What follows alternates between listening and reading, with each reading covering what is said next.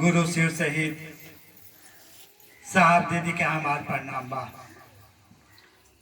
तो सब गुरु भाई, सब गुरु बहन एवं चाचा प्रेमी के हमार प्रणाम बा।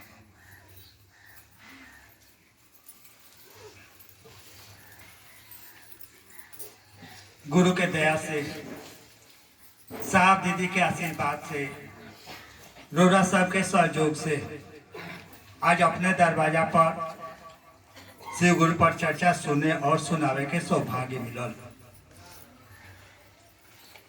आज तो जानते बानी लोग वो वजह से बातचीत चलता कि आज हमारी खातिर विशेष दिन बा, यानी साहब जान मेरा पैदा भर रहा ओकरा बाद आज पहल के दिन बा कि जे दिवाली भी बा आ 31 अक्टूबर भी बा। आज पहल का दिन बा।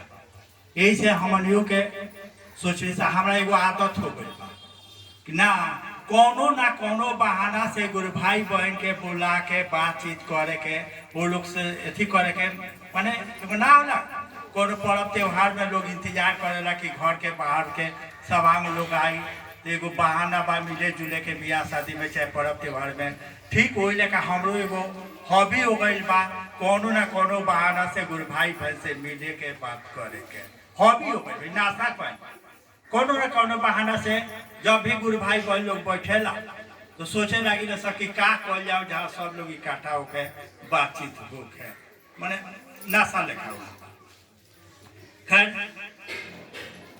सुनते कहिए लोग कि दिवाली के दिन है, साहब के जन्मदिन भर आज हमनी के भी इकट्ठा भइल बनी। सब साहब एगो बात कहले अंतिम संगोष्ठी में कि शुरुआत कहूँ कि समापन। लोग कहल नीचे से हमरा नियो में लोग कहल की शुरुआत।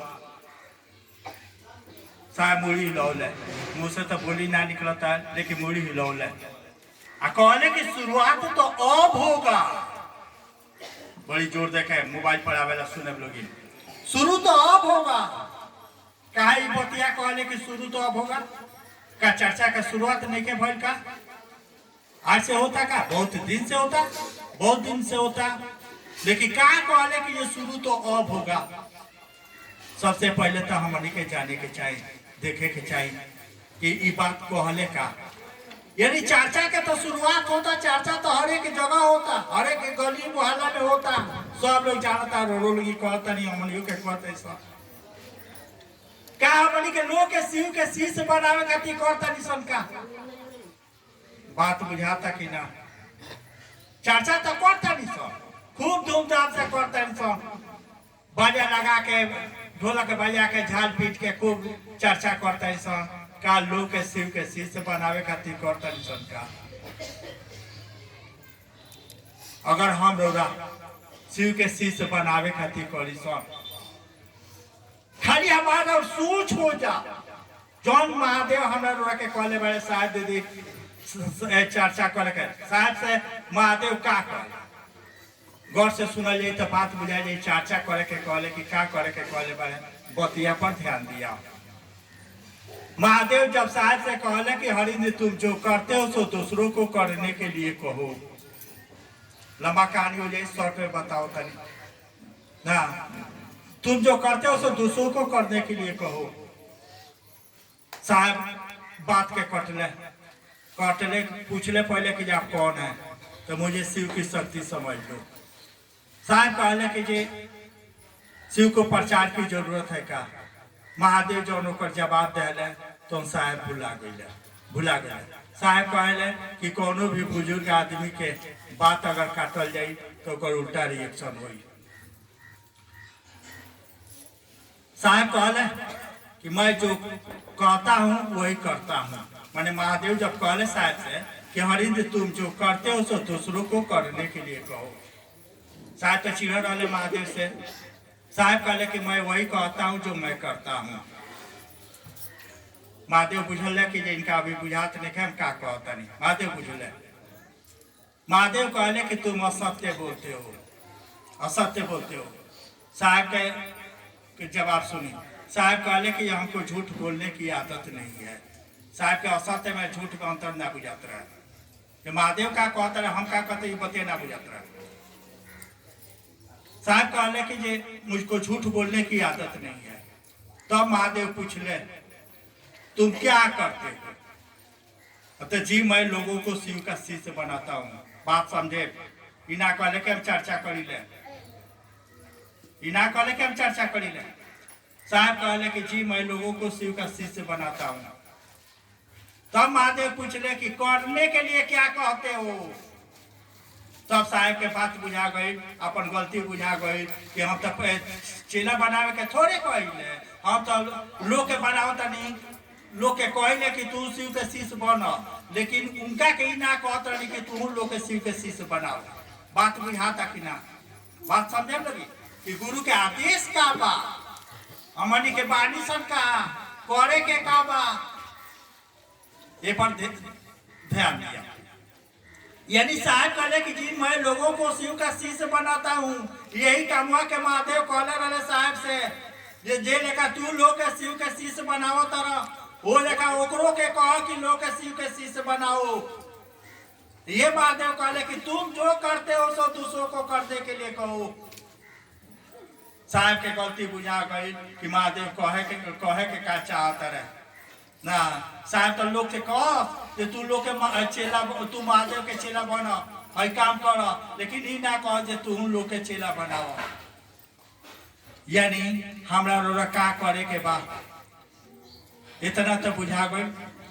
हमनी के अभी तक ले चर्चा के पकड़ ले बानी सन, चर्चा के धूम बचल बा, लेकिन ई नहीं सोचा कि हमार गुरु भाई बहन में महादेव उतरिए कैसे, शिष्य बनी कैसे, एक बारे में हम लोग नहीं सोचा। एगो और बात ध्यान दी, कोयला जैसा कुछ नहीं खे, जितना जे बापू साहब अगार आए थी कहानी सुनिए लगी, चर्चा के बात कही जितना सुनिए लगी, एमे हमरा लोग खाली इतने करे के बाद साहब के एगो चर्चा सुने ई काम होई कैसे, शिव शिष्य बनिए कैसे। मान कि महादेव तो कह देले, महादेव तो कह देले कि जा लोग के शिव के शिष्य बनाओ। साहबो आके कहे लगले चले के शिव के शिष्य बनावल जाओ। ई काम होई कैसे? चर्चा तो कह लेता नहीं सन, बिना महादेव के दयो के, साहब दीदी के बिना दयो के कह लेता सन, रट ले बानी सन। आवत है समझ पर चिल्ला के कहते हैं सब के हरिदा भैया महान बड़े 3 गो सूत्र दिले बड़े, पहलका में दया मांगे के बाद, दूसरा में चर्चा करे के बाद, तीसरा में प्रणाम करे के बाद, इतना तो हमनियों का रट ले बानी सन। लेकिन लोग चेला कैसे बनी? का हमरा रोरा से चेला बन जाई? का हम रोरा चेला बना ले सका? बन जाई, लेकिन को याद रखे लोगिन, चाचा हमनी के बिना साहब के रिश्तों के कह ले सन, भजन गा ले सन, लेकिन चेला ना बना पासन इतना याद रखे। चेला बनावे खातिर यानी गुरु जन कहले बारे चेला बनावे के चर्चा करे के ना कहले, वे पहले ही कह दिया कि एक शुरुआत कैसे भइल। साहब से महादेव कहले कि तुम जो करते हो सो दूसरों को करने के लिए कहो, यानी चेला बनावे के कहले। साहब कहले कि जी मैं लोगों को शिव का शिष्य बनाता हूँ। वे महादेव कहले कि तुम जो करते हो सो दूसरों को करने के लिए कहो।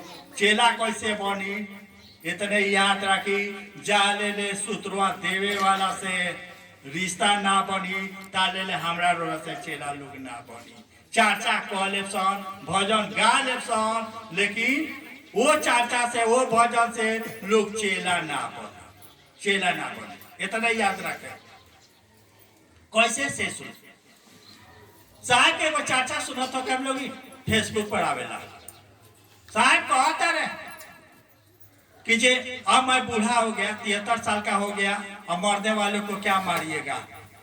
और दुख के साथ कहता रहे, बोली में दम बा, कहत खातिर माफी भी मांगता रहे कि मैंने इस सवाल पर थोड़ा कड़ा शब्द बोल दिया, माफ कीजिएगा, लेकिन बोली में दम रहे। क्या कहता है से समझ ली। साहब कहता रहे कि जब मैं तो बूढ़ा हो गया, मरने वाले को क्या मारिएगा, लेकिन याद रखिए कुछ लोगों में मेरे गुरु व्यक्त होंगे। व्यक्त के माने क्या भाई?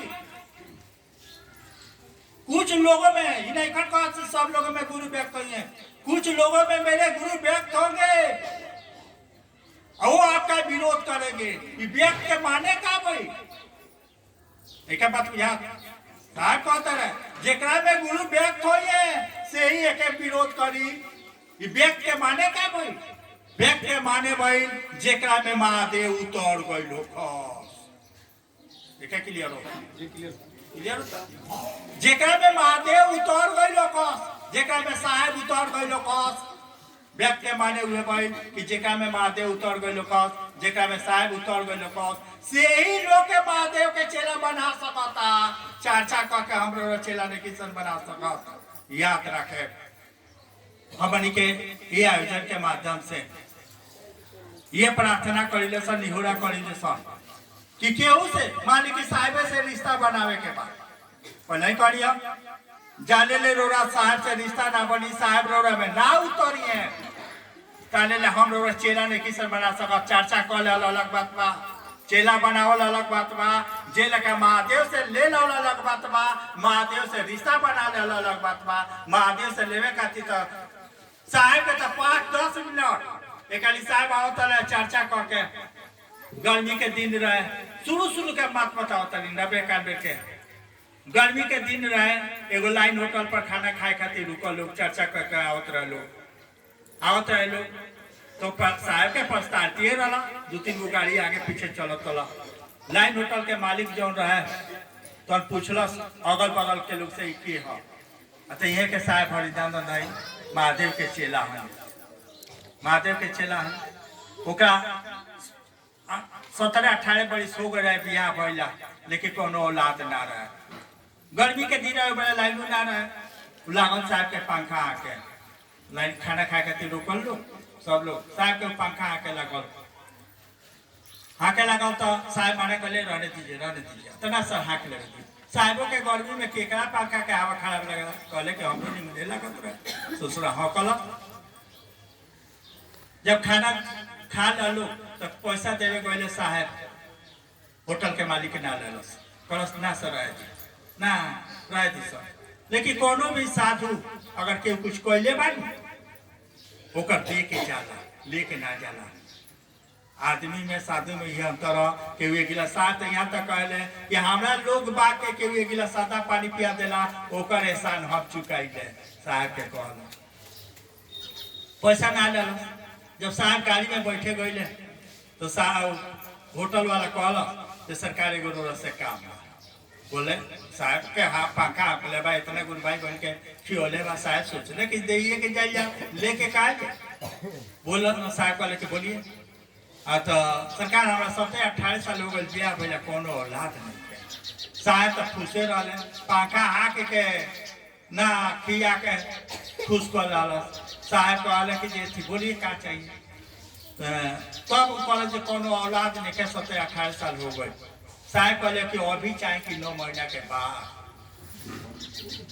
अभी चाहे कि 9 महीना के बाद। इतना सरकार 9 महीना के बाद जाओ चला हुआ। फिर कुछ दूर आगे गैला के बाद साहब गाड़ी रोकल, फिर ओकरा के बुलौले आ कहले कि बेटा हुई 8 महीना के बाद ओकर तबीयत खराब हुई, 8 महीने के बाद ओकर तबीयत खराब हुई। तू इतने ध्यान रखी हो कि तारा होटल पर पैसा के अभाव में केहू आधा पेट ना खाओ, इतना ध्यान रखी हो। खैर फल सब हो गए, लेकिन ओकरा बाद वो होटल वाला के दर्शन ना भल साहब बेटा भइल मिठाई लिए लस, लेकिन ओकरा बाद दर्शन ना भइल। ई काहे खातिर हम सुनौनी एक खातिर कि महादेव से ले अलग बात बा, महादेव से रिश्ता बना ले अलग बात बा। महादेव तो बड़ी दूर के चीज बड़े, साहब तो बड़ी दूर के चीज बड़े। हमनी जैसा आदमी के लोग चुतिया बना के ले लेला ना, चुतिया बना के ले लेला अलग बात बा, रिश्ता बना ले अलग बात बा। हमनी के भी इस सोच के कल जा कि महादेव से रिश्ता बन जा, महादेव के चेला बन जा। साहब के भी ये सोचबा कि आदमी अगर महादेव के चेला हो जाओ तो धरती से लेके आसमान तक ले कुछ मांगे के जरूरत ना पड़ी, कोनो जन्म में ना मांगे के पड़ी। जाले ले रिश्ता ना बनी ताले ले मांगे के पड़ी। एक साहब वाले चर्चा में ना नौकरी करतले तो उनका आदत है कि कोनो जिला में जाइए बाहर के माने सरकारी काम से, कोनो जिला में जाइए तो ओजा के गुरु भाई बहन के जे भी सक्रिय गुरु भाई बहन हुई ओकरा से कह देता ना कि हम हे बजे से हे बजे ले इतना आदमी के इकट्ठा करियो हम आए बात करे। छापरा में आई रहे बात करे खातिर कौन सरकारी काम से आई रहे। जब साहब मंच पर गए जितना लोग बैठे रहे सब लोग एक अपन प्रॉब्लम रखले रहे। क्योंकि पेट दर्द करता है, कि कपास दर्द करता है, कि कुछ नहीं, कि सब लोग समस्या के मोटरी धैले रहे। जा साहब कहले कि जितना समस्या लोग लिख के भेजले बा सब हम 1 मिनट में ठीक कर दे, 1 मिनट में ठीक कर दे। लेकिन वादा करो लगी कि एक बाद हम ना हमरा से मांगे ना महादेव से मांगे। बात बुझा था मान कि आज तो हम ठीक कर देनी, लेकिन वादा करा कि काल के हमरा से ना मांगी, हम महादेव से ना मांगी। लेकिन ये कोई भाई आज बाया दर्द करता काल दाहिना दर्द करी तो अब कहाँ जाए। आज पेट दर्द करता काल का पार दर्द करी तो अब कहाँ जाए। बात बुझा था कि ना। तब साहब का कहले अरे यार महादेव से रिश्ता बना लो, महादेव से रिश्ता बना लो कि महादेव से कभी मांगने की नौबत नहीं आए। ये खातिर कहता नहीं कि महादेव से चेला बन जा, महादेव के रिश्ता बन लो। जेका पति पत्नी के रिश्ता होला, बाप बेटा के रिश्ता होला, भाई बहन के रिश्ता होला, वो लेका गुरु और शिष्य के रिश्ता हो जा। वाह, गुरु और शिष्य के रिश्ता हो जा। कहली सुनले बनी लोग शिष्य के मानने का होला, शिष्य के मानने होला, गुरु के बात पर काना हो गए। हम उहे करे मर जाए तो मर जाए, जौन हो तो देख ले, लेकिन हम उ काम ना करे जौन काम हमरा साहब के हमरा महादेव के करा दे उ कबो ना करे। चाहे हम आबाद रही चाहे बर्बाद रही ना करे। शिष्य के माने वो ला कि जे गुरु के बात पर खड़ा हो गए। एमे तो लगभग सब लोग बापू सभागार में कोयले रहे। मच्छर नाथ था गोरखनाथ के कहानी सुनौले रहनी। गोरखनाथ का कहता रहे मांग लो, दही बड़े के बदले में जो मांगना है मांग लो। उनका बुझाई कि का दी तो अपने भीख मांग के खाता, ये हमनी के का दी। कहले कि तुम का दोगे ना, तुम तो खुद भीख मांग के खा रहे हो। गोरखनाथ कहता रहे मांग करके तो देखो। बात बुझाता कि ना। गोरख मच्छेंद्रनाथ के चेला रहा मांग करके देखो।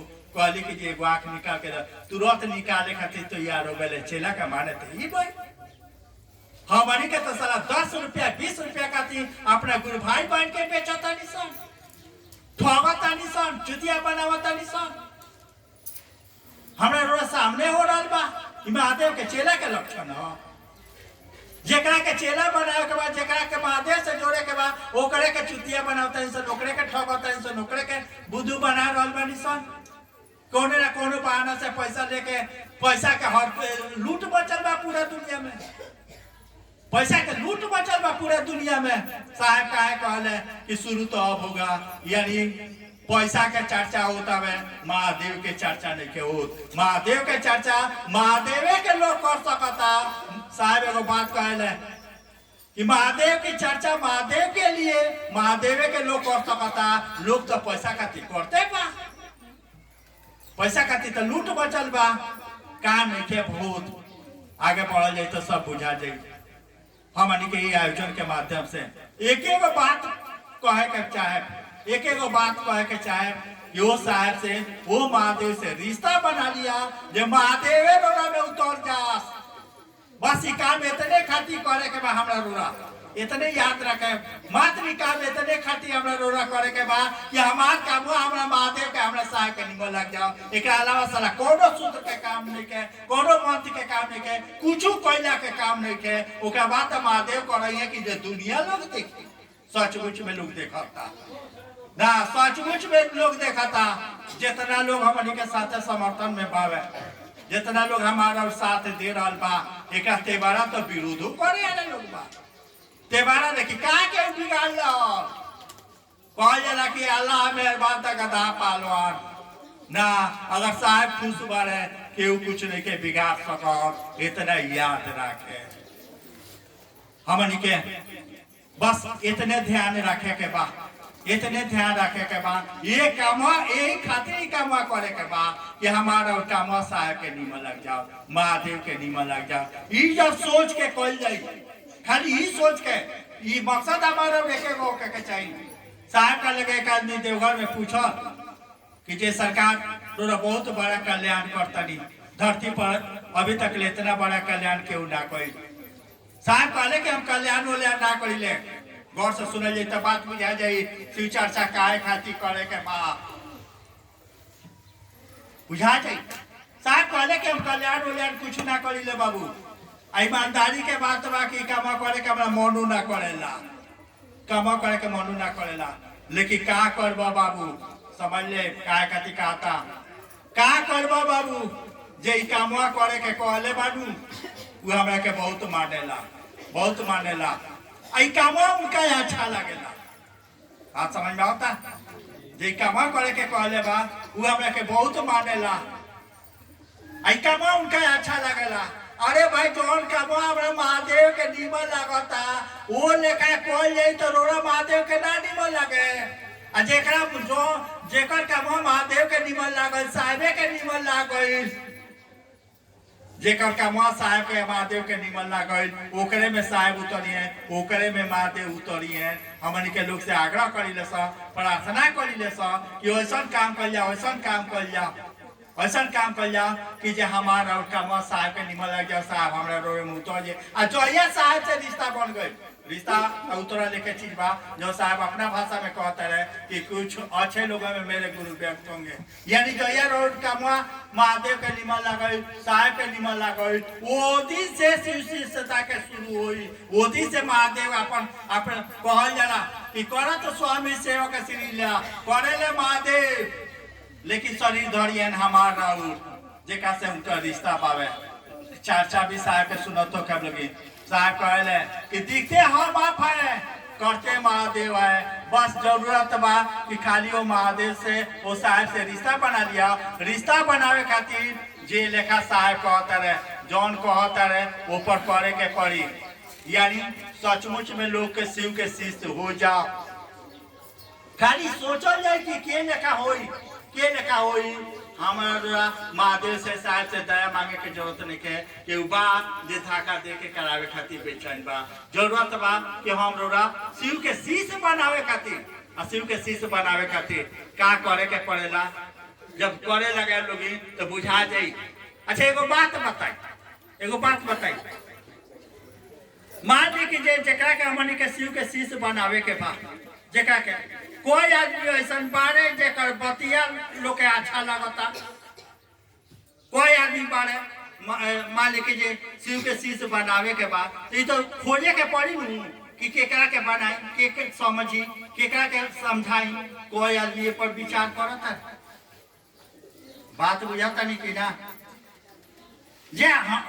जेकरा के चेला बनावे के बाद कोई आदमी के हम रोरा समझा सकता नहीं सर कोई आदमी हमारा बात माने खातिर तैयार बा जे हमारा कहल करे खातिर तैयार बा कोई आदमी बारे।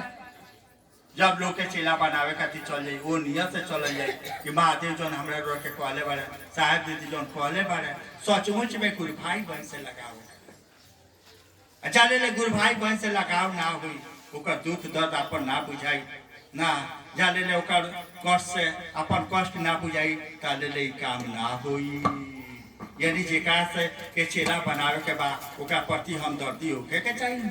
जब हमदर्दी होई तो ठगे के कहा ठगाए के मन करी ठगे के ना मन करी। हम रोरा वो साहब से रिश्ता बनावल जा साहब ई सोच के बनावल जा कि साहब हमरा रोरा में उतर जा। अच्छा जाले ले साहब से रिश्ता ना बनी ताले ले हमरा रोरा बनौले के उसी से ना बनी। यानी गुरु के आदेश के पालन ना हुई चर्चा कल अलग बात बा चेला बनावल अलग बात बावे। एमे कुछ नहीं के करे के जे भी करता ओकर संगत कली गाड़ी पार कर जाए चेला बनावे खातिर निकल जाए।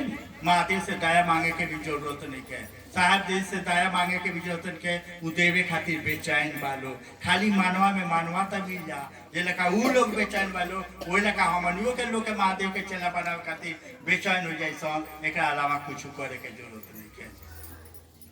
बड़ा बढ़िया बात सुनिए लोग गुरु भाई बहन से हम अपना द्वार पर का बोली लेकिन एक बात याद रखे जे लका साहब धरती पर लोग के महादेव के चेला बनावे खातिर महादेव भेजले और संकल्प ले कि जे एक एक आदमी के महादेव से जोड़े संकल्प लेके होइले ठीक होई लेखा नाग गुप्ता जी कहत रहे एगो और बात जान जब बापू साहब अगार में कार्यक्रम भइल तो ओकर निमंत्रण कार्ड लेके गइल निशन हमनी के महादेव का लगे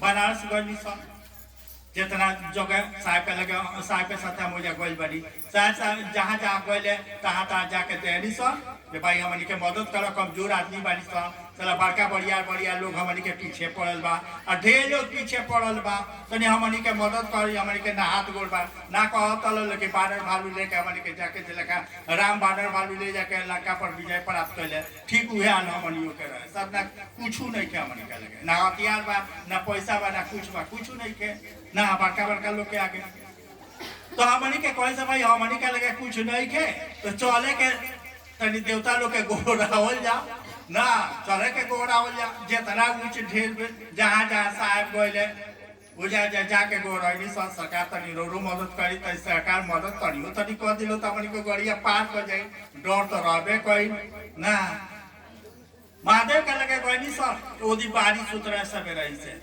मोबाइल हम अपन घर ही धो देले रही बारी सुतरा एगो मोबाइल लगे के रहे तो उहे लेके गइनी सब जब ओजा सोनी महादेव के निमंत्रण कार्ड देके तो अनी सन मोबाइल खोलनी तो एगो गुरु भाई के फोन आए हम मोबाइल खोलनी तो देखनी कि इनकर फोन आयल बा मिस कॉल में बताओ था कि फलाना आदमी कॉल कैले बारे अभी न सोचते बानी कि कॉल करी कि ना करी तले फिर उनकर कॉल आ गई देख ली खेला महादेव के लगे से आयल बानी निमंत्रण कार्ड दे के बहुत कही होता है तले उनकर कॉल आ गई कॉल है तो पूछ ले कि जे क्या हाल है सब बहुत पुरान गुरु भाई हो ना जे आइलो बारे आ गुरु भाई कहलो बेकारे बा साहब कहतर के वैसन लोग के गुरु भाई बहन कहलो भी अशोभनीय बा ना जे काम में बिगाड़ता ना अशोभनीय बा तो कहाँ हाल है सर तब बढ़िया है कहाँ है तब बनारस है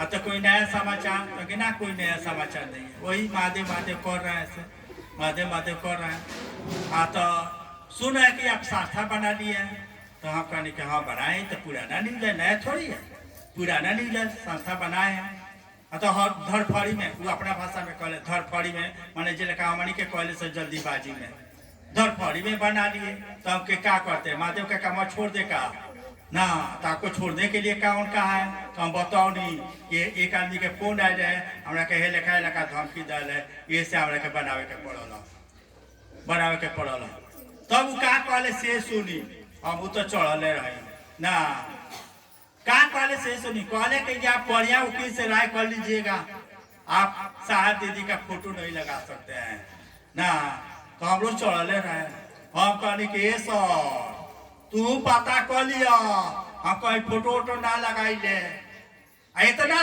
घटिया सोचो नहीं के हमार इतना घटिया सोच नहीं के हमार कि हम साहब दीदी के कैलेंडर फोटो पर लटका के जाए घर में कैलेंडर फोटो बैनर पर लटका के जाए इतना घटिया हमार सोच नहीं के कान खोल के सुन लो जानत हमरा के कान खोल के सुन लो जाने ले हम अपना गुरु भाई बन के आपन कहनी इना कहनी के सब लोग के जितना लोग कॉमन पे ले सब लोग ना वो जे एगो वर्ड निकला जाने ले हम अपना गुरु भाई बन के दिल में साहब दीदी के ना उतार दे ताले ले हम धरती ना छोड़े कान खोल के सुन लो और उतारिए के जाए जे लगा साहब उतार के चल गए तारा के काला उतौला से हम ना चाहे जाले ले साहब दीदी के गुरु भाई बहन के दिल में ना उतारते ये हमार वादा बा कि जाले ये वादा बा हमार साहबों से चाहे गुरु भाई लोग से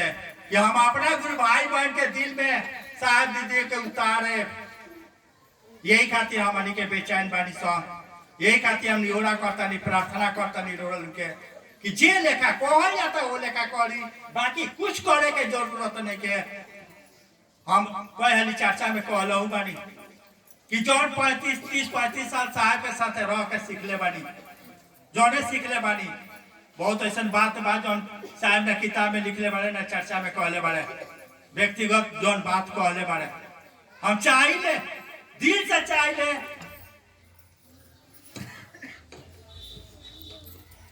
दिल से चाहिए कि जितना हम सीखले बनी साहब के साथ रह के हम अपना गुरु भाई बन के सिखा ना दी वो रास्ता पर चला दी। ये हमार वादा बा साहब से महादेव से जितना हम चलने बनी साहब के जितना सीखले बनी उतना गुरु भाई बन के बता दी। यही खातिर बैठक करी ले, यही खातिर चर्चा करी ले कि सचमुच में हमारा गुरु भाई बहन के दिल में साहब दीदी उतर जा वो लोग के बुझा जे के काम कह के आई बनी कोई ले भावे बस। और का कही जरूरत बा एगो साहब एगो लाइन बोलत रहा हमेशा, तुम साथ देना मेरा, तुम साथ देना मेरा।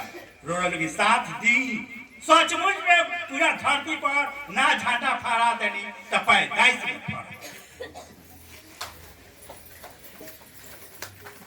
आज जानते बानी लोग दीपावली के दिने बोले बानी सन हमनी के जानता नहीं सन कि सब लोग दीपावली में हैरान बा।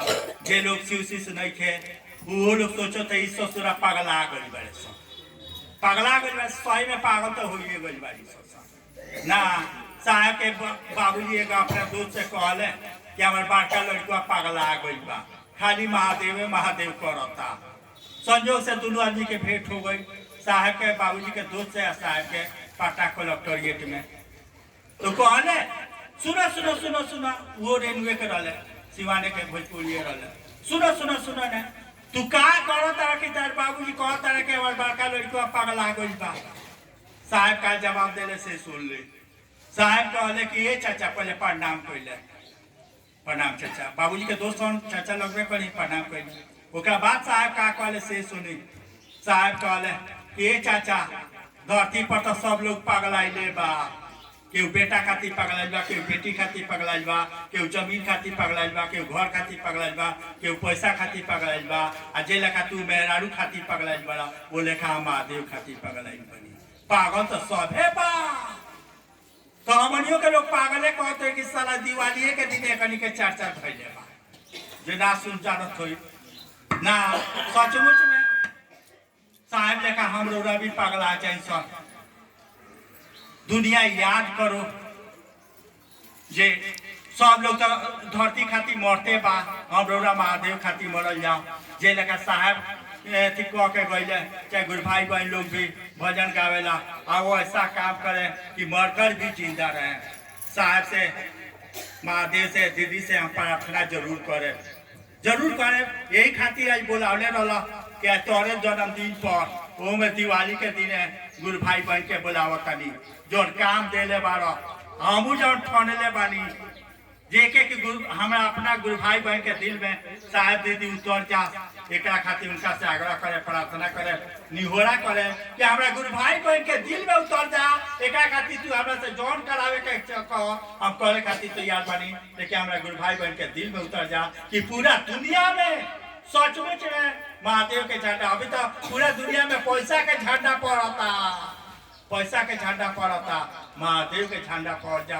यही खातिर हमने के आज के दिन रोल के बोलौले बानी सब, आग्रह करे सब, प्रार्थना करे सब कि ये काम के तनी तेजी कर जाओ। साहब दीदी की ओर से दया के अभाव नहीं है। सुनबे करिए लोग बापू सब बगार वाला कहानी बड़ियारी काम करौले बारे हमने के करे के चाहत ना रहे, ताकत ना रहे, लेकिन केहू बा जे बड़ियारी काम करा दो। साहब एगो बात कहले कि अध्यात्म के दुनिया में कोयला जैसन कुछ नहीं के कह के धैल बा तब तारा हमरा के करे के कहा था, खाली अपन नाम लिखवा लिया। यही आग्रह प्रार्थना के साथ फिर से सब गुरु भाई बहन के हमारे प्रणाम। चलिए भैया से